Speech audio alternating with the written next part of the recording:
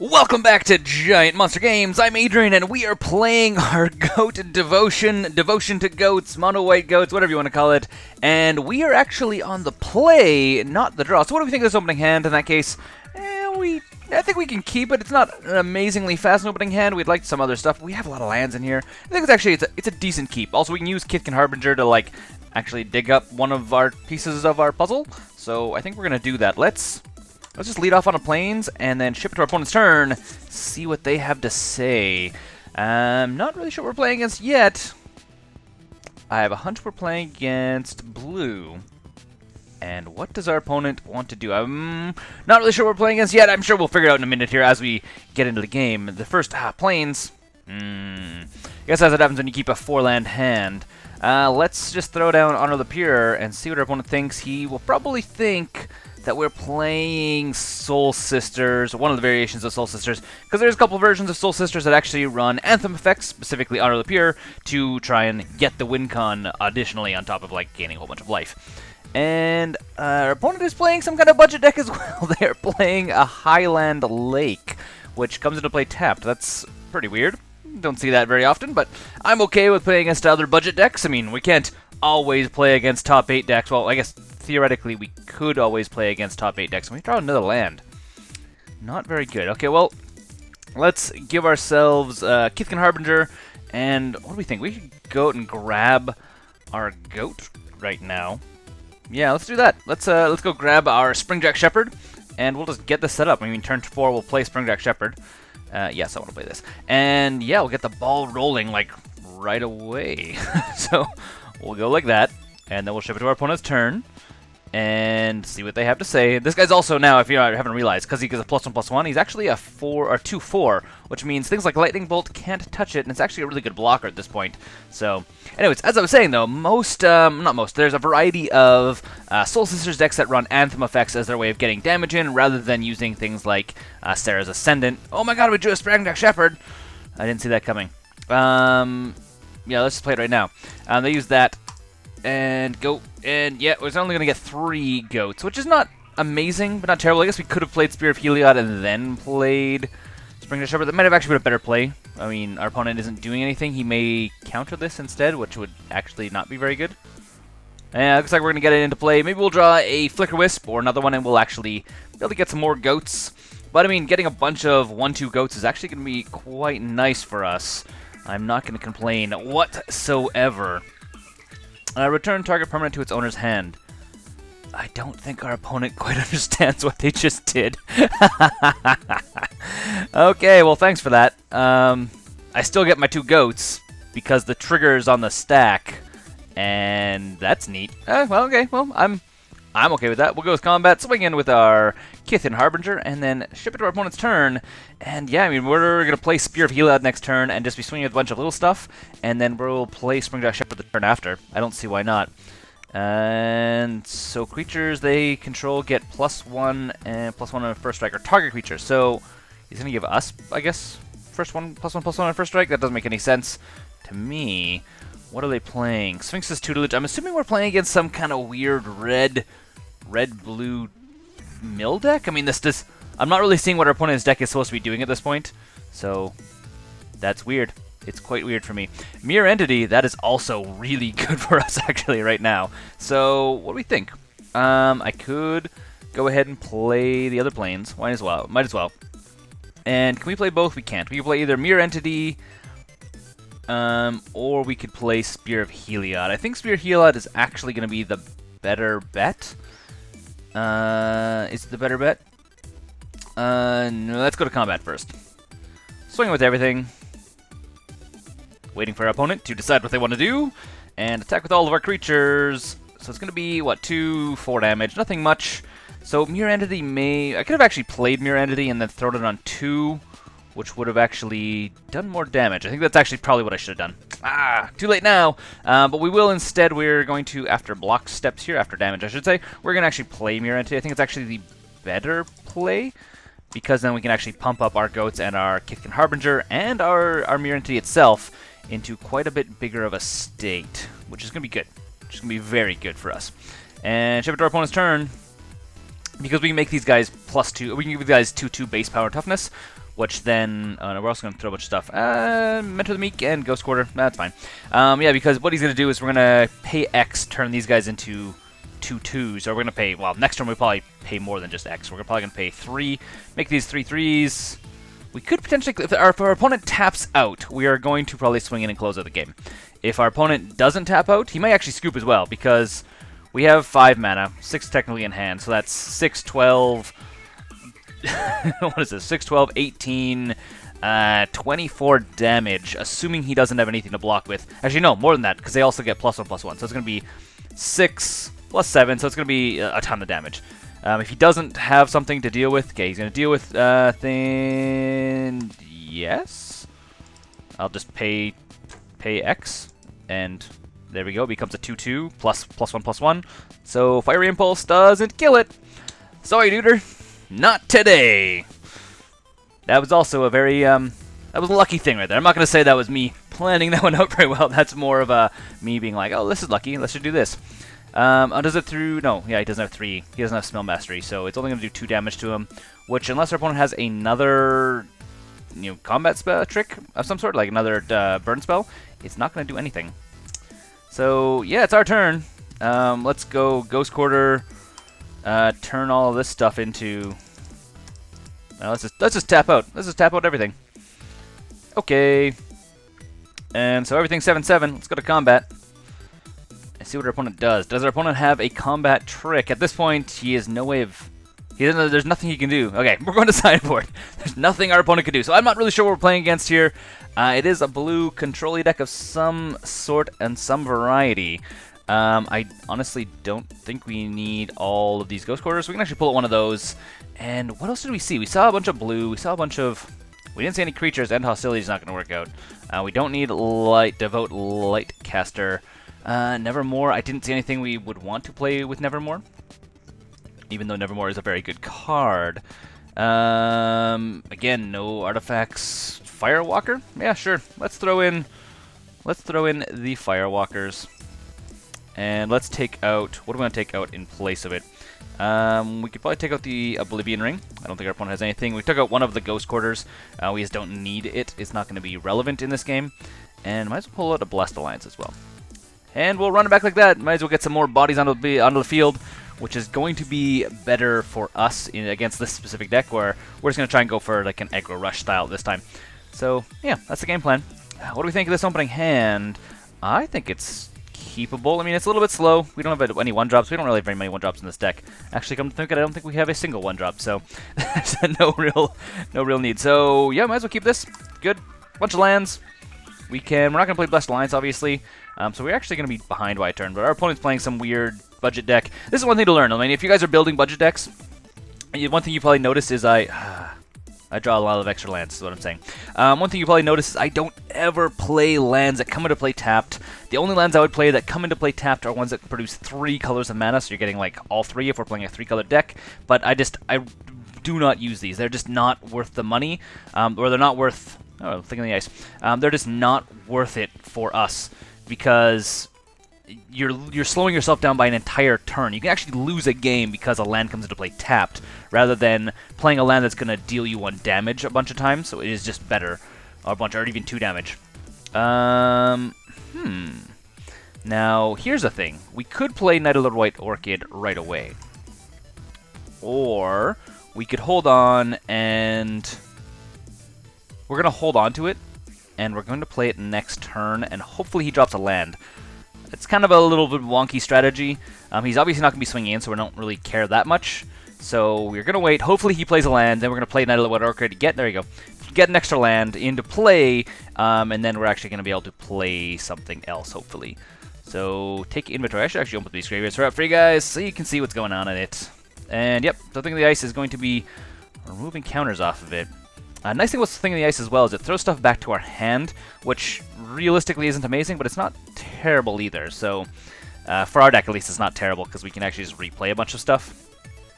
We also have Stasis Snare, which means... Yeah, we're going to play Knight of the White Orchid. Next turn, we're going to play Stasis Snare. And yeah, get rid of his Thing in the Ice. I understand what he's trying to do now. He's doing a budget Thing in the Ice deck, but again, Don't ever. This is just, it's just not worth it to play lands. It's better to play, what, Shivan Reef, which costs a little bit more. Maybe it costs, I think, like $2, but it's better than a land coming to play tapped. So, there's my rant. There's my rant for you guys. Don't play lands that come into play tapped. They're just not worth playing unless you're playing a 3-color deck, which is already really hard to do. Dang it. I totally did not mean to do that. I meant to play Night of the White Orchid, and I didn't do that. What do we want to do then? In that case, what do I do? This is me making a mistake because I was ranting about bad lands. So we have a couple options here. We can either play Mentor of the Meek, and then when we play stuff like Night of the White Orchid, we can actually draw a bunch of extra cards, which may be good. We could also just hold on and then play Stasis Snare on their turn. Or heck, we can play Stasis Snare right now. May actually be the better bet. Or we could play Kithkin Harbinger and actually dig up one of our go. I mean, we don't have enough stuff into play in order for that to really make sense. So we're gonna play Stasis Snare right now. I know it has flash. I know it can be playing on their turn, but they are playing a blue deck, and we have seen some control elements in their deck. And I would rather play this when they don't have any lands, or when they don't have a bunch of untapped lands, and they're probably not gonna be able to counter it, rather than play it on their turn when they might actually have a chance to counter it. Yes. And there we go. Shift to our opponent's turn, see what happens. So we got rid of their Thing in the Ice, which, obviously, again, as I was saying, generally you would want to play it on their turn. Okay, now we can actually play Night of the White Orchid next turn. Generally you would want to play something like Stasis Snare on their turn, because it has flash, but because we are playing against blue, they will likely have, and they were almost completely tapped out, they would likely, beginning of each player's end step, that player draws a card. If that player is your opponent, has 4 more cards in hand, it deals 2 damage to them. Huh, neat. So I'm going to start taking them some damage. That is okay. Yeah, anyways, blue deck, tapped out. I'd rather play something on my turn so they don't get some extra stuff. So me taking damage is a neat thing. Hold on, does this draw at the beginning of each player's end step? That player draws a card. Okay, that's each player's. And let's play our Night of the White Orchid. We'll get a land because they did manage to get a land drop. Thankfully, it was unlikely that they would, but they did. So good for us, bad for them. And I don't think they don't have any. Well, they could potentially. Again, they're playing a budget deck. They probably wouldn't. I was gonna say they probably could have Vapor Snag, not Vapor Snag, Spell Snare, which is potentially an option. But again, it's not really a budget. It's kind of a budget card. And we will go and fetch ourselves a plane, throw it into play, and now we have 3 planes, which means we either play Mentor of the Meek, or we could play Harbinger. Yeah, let's play Harbinger. Let's go get a bunch. Let's go get our Springjack Shepherd. That's what we want to get. Gonna be good. Gonna be very good. So I'm not really sure what our opponent is doing. It looks like his deck is trying to take some advantage of synergies of some sort. I guess I'm not really sure because there was a bunch of like discard going on in his deck, and he's had a little bit of control plus Thing in the Ice. I don't get it. And this thing here, like at the beginning of each end step, player draws a card. If that player has 4 or more cards in their hand, if your opponent has 4 or more cards in hand, it deals 2 damage to them. So I don't get it. They're gonna make us draw extra cards. I guess they're trying to get us to draw cards so that we can discard cards is kind of a thing. Maybe? I don't know. It seems really weird to me. This does not seem like it's a synergy that works. If our deck was actually a Negro deck, they'd be like dead like 2 turns ago, like on turn 3, turn 4. But that's not the case because we're playing a deck that is designed to go a little bit longer. We should be able to swamp the board with what 1, 2, 3, 4, 5. Hold on, we have enough. 1, 2, 3, 4. So we can play more than that. We're actually gonna play what 5? We're gonna 5, 6, 7 goats I think next turn, which should be pretty fun, assuming he doesn't bounce anything to our hand. And ooh, protection from red. Well, what do we think? I think getting more goats is probably better. So let's play our Firewalker, getting double white onto the board. See what our opponent has to think with that. Is he gonna bounce it? Is he gonna bounce it? Is he gonna counter it? If he does counter it, that's gonna be rad because we also have Springjack Shepherd, which means he'll counter this instead of Springjack Shepherd. He also just can't get rid of this as well, so I mean, it's not going to be easy for him to get rid of this. I mean, he does his direct damage spells, which Fiery Impulse is not a very good direct damage spell. I mean, I guess it's in theory good. It could be. No, it's what is it? 2 mana. It's 2 mana. It's not even good at all. I would not play Fiery Impulse ever in a modern deck.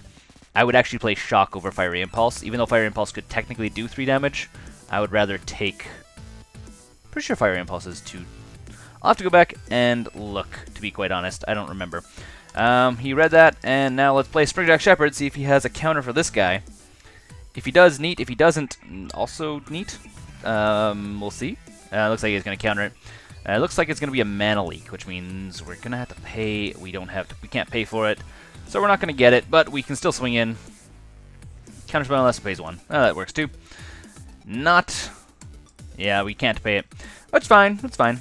We're going to go to combat and swing in with all of our stuff. Go to combat. Time to swing in with everything. All right, attack with all creatures. And ship it to our opponent's turn. No Springjack Shepherd this time. No goats. But again, I mean, we're going to slowly start getting the advantage. We have, what, 5 damage sitting on the board right now. Oh, he's doing what? Oh, nice. That's neat. He dispelled our enchantment back to our hand. I don't think he quite realized. Oh, he's going to block that, I see. I don't think he quite realizes that that's not really going to stop us very much. We can just replay it next turn. We also draw a card out of end step, which is also very nice. Another Kithkin Harbinger, which means we could just go grab another Springjack Shepherd. Unfortunately, it is a little bit slow. It does put it on top of our library, so it becomes a little bit more of like a late game plan rather than like an early game plan. But yeah, we'll see. We'll see what our opponent has in plan. See what our opponent has in plan. That's not actually a sentence that makes any sense. It's just a thing.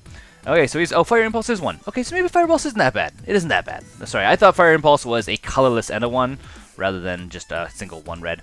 And he is going to blow up. So we're going to gain a life, obviously. And our opponent is going to blow up our Night of the White Orchid. Use its ability, yes. I thought it was always a yes. Oh. I can always yield to you as well. I am okay with seeing that you get counters taken off you. And goodbye, Night of the White Orchid. You will be missed, but we understand that is part of the game. And what do we think? I mean, I could play Mentor the Meek next turn. I need another land if I want to actually play it and then play something else. We have a bunch of options. Our opponent is not very fast or aggro-like. Target opponent puts the top 13 cards of our library into our graveyard, so we're going to dump a lot of our cards into our graveyard right now. Which is fine. I'm okay with that. Yeah, it's a bunch of stuff. Not the end of the world. And we're probably going to have to Stasis Snare, realistically, on our turn. Not that I want to, but because I kind of have to. Otherwise, does our opponent take damage? I don't know. It's our turn, though. Going to our turn. And we draw planes. Neat. Okay, so let's play the planes. I should Stasis Snare just to get rid of thing in the ice because it's actually going to be a pain in my butt really quickly. So I could Stasis Snare, Honor the Pure, or 1, 2, 3, 1, 2, 3, 4, or what do I think? Okay, I don't want to use Blessed Alliance, so I could. I'm gonna Stasis Snare. Yeah, I guess so. Obviously, we're gonna have to target his thing in the ice because that's what we want to do. Goodbye, thing in the ice. My opponent has fought valiantly to have you in play. And again, I could play Mentor the Meek or Kithkin Harbinger, but at this point, do I really want to? I could just play Honor the Pure and just start swinging in for, what, 2, 3, 4, 5 damage each turn. That would make the game go a lot faster in theory. I guess drawing the draw engine, but the thing is, we also are drawing from this thing, so why not? Let's just play Honor the Pure and then swing in for 5. I think that's a good plan. I think that is a good plan indeed. Okay, and I'm almost thinking that what I might do as well is play Blessed Alliance. I don't know, maybe not. Because this is... if we has 4 more cards in our hand, we take 2 damage. So we're just going to dump our hand all the time. So we can hold on right now. I think we're fine. We'll see if our opponent tries anything fancy next turn. If not, then that's the thing. That'll happen.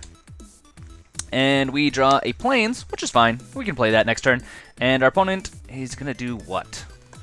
I'm wondering what our opponent can do at this point. I mean, at this point, we're going to just outpace him because we're drawing stuff.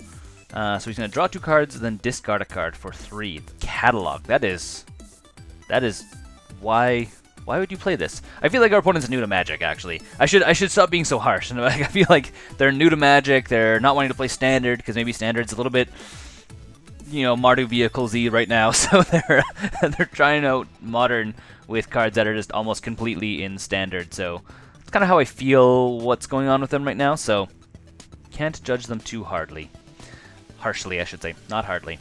And what do we draw? Flickerwisp, always good. So, what do we think?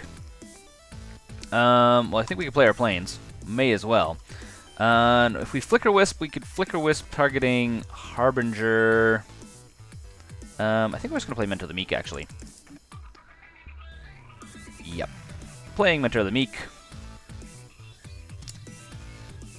And then we're going to go to combat. I should have played this after. I should have done this actually after the fact.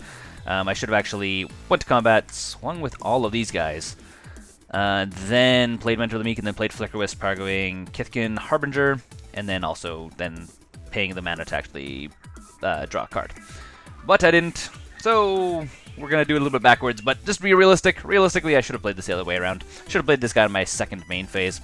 Opponent can't do much, so he's going to take 5 damage, I think, to the face, unless he has something special. We do know that he does have, like, Disperse, which, is it any card, or is it just, return target non-land permanent to its owner's hand? So he could technically Disperse. Is a possibility. And it is going to be attacking creatures get -2/-0 until end of turn, and you did draw a card. Okay, that's fine. So he's only going to take 1 damage, which I am okay with. I understand that is a viable strategy to prevent you taking damage, but I would like to kill you, so it's not necessarily my favorite strategy for you.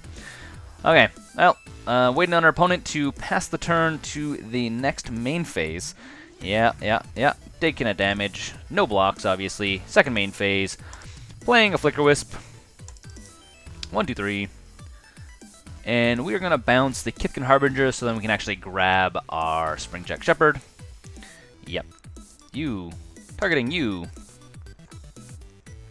And then when it comes into play, we're going to go and grab a Springjack Shepherd, because that, I think, sounds real cool. And we're also going to pay, so it's going to come into play. We're going to draw a card. Neat.